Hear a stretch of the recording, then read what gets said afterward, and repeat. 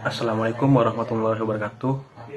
Sebelumnya perkenalkan, di sini saya Muhammad Ashari dengan NIM 20201257. Di sini saya akan menjelaskan tentang sejarah terbentuknya bangsa Indonesia, yang mana untuk melengkapi tugas pada matkul pendidikan Pancasila.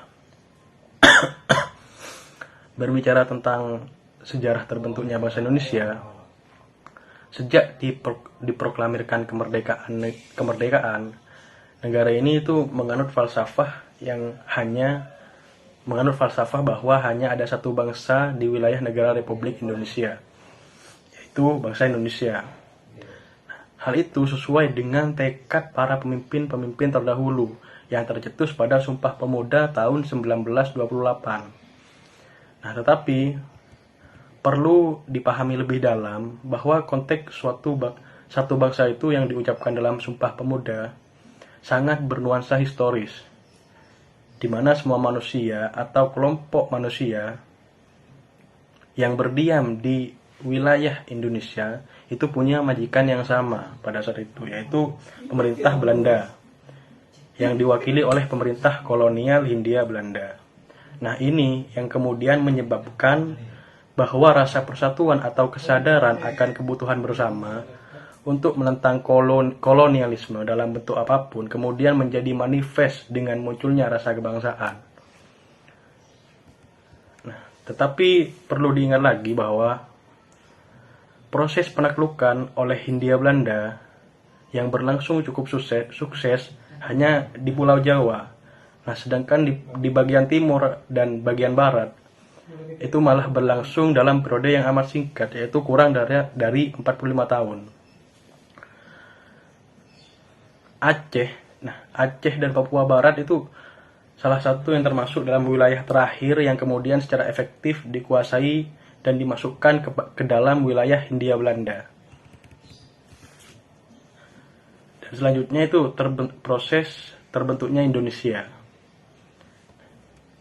Dari sejak awal pergerakan kemerdekaan dari tindasan pemerintah kolonial Hindia Belanda itu dimulai dari daerah-daerah lokal yang kalau sekarang itu setingkat provinsi ataupun kabupaten. Nah, hal ini itu wajar karena mengingat bahwa rasa kebangsaan di tingkat lokal pada saat itu sangat kuat. Nah, itu juga terbukti hingga saat ini. Kemudian setelah pemerintah Belanda menerapkan politik etis di Indonesia, itu mulai terbentuk segolongan elit terdidik dan terpelajar di seluruh kepulauan yang ada di Indonesia, yang kemudian mentransformasikan dirinya dengan identitas keindonesiaan dalam wujud Perhimpunan Mahasiswa Indonesia di negeri Belanda yang berwadah dalam Perhimpunan Indonesia pada saat itu. Nah, pada saat yang sama, partai-partai politik atau menyamai partai politik itu tidak ada yang menggunakan identitas keindonesiaan. Sebagai salah satu contohnya yaitu Budi Utomo, Syarikat Islam, NPI, kecuali PKI. Saat itu hanya Partai Komunis Indonesia lah yang menggunakan identitas keindonesiaan. Walaupun mereka tidak bisa mengklaim bahwa dalam pergerakan kemerdekaan mereka adalah pelopor penggunaan nama Indonesia. Karena pada awalnya mereka menggunakan nama Perserikatan Komunis Hindia.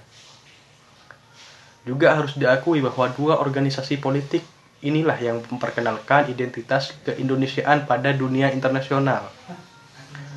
PI yaitu Perhimpunan Indonesia, yaitu untuk luar negeri, dan PKI untuk dalam negeri. Dan kemudian menjadi sandaran bagi partai-partai politik yang berbasis nasionalisme untuk menggunakan identitas keindonesiaannya. Sehingga proses adanya kesadaran keindonesiaan ini kemudian lebih dikarenakan karena adanya penindasan secara politik, ekonomi, dan hukum yang dilakukan oleh pemerintah kolonial Hindia Belanda. Dan untuk proses selanjutnya itu proses kemerdekaan proses kemerdekaan Indonesia. Proses kemerdekaan, proses penyatuan Indonesia yang sedikit mengambil bentuk keterpaksaan mulai mengemuka ketika pemerintahan fasis Jepang memberikan sedikit kemerdekaan untuk merancang proses kemerdekaan Indonesia kepada para pemimpin Indonesia pada saat itu.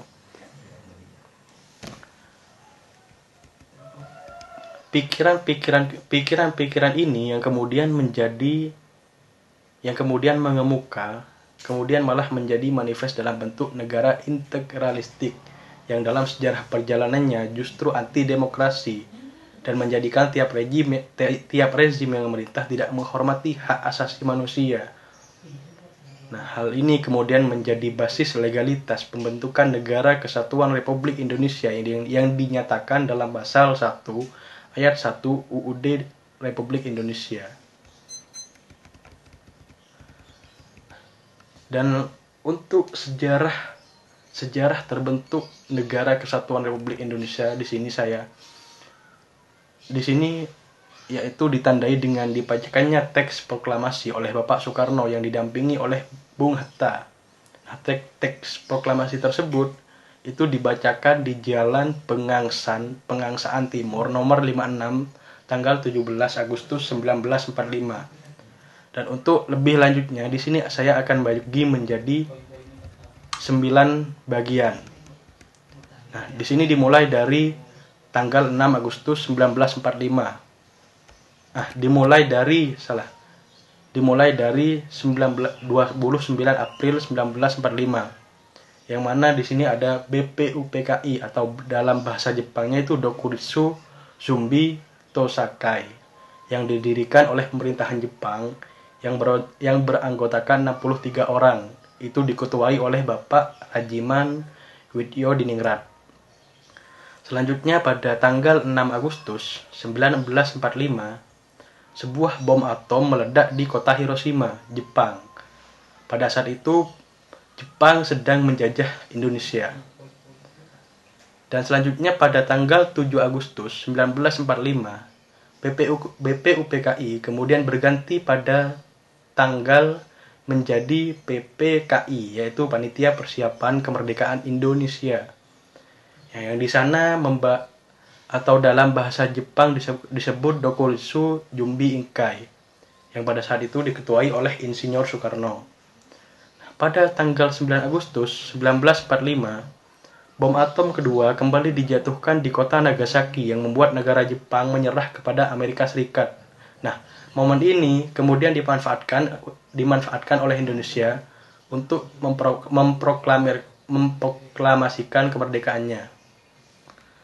Selanjutnya pada tanggal 10 Agustus 1945, Sultan Syahrir mendengar lewat radio bahwa Jepang telah menyerah kepada sekutu.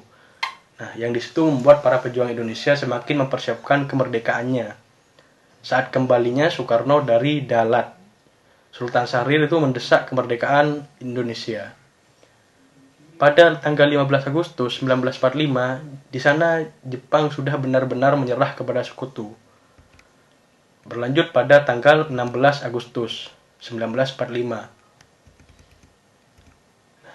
Dini hari itu para pemuda membawa Insinyur Soekarno beserta keluarga dan juga Bung Hatta ke Rengas Dengklok dengan tujuan agar Soekarno dan Bung Hatta tidak terpengaruh oleh Jepang.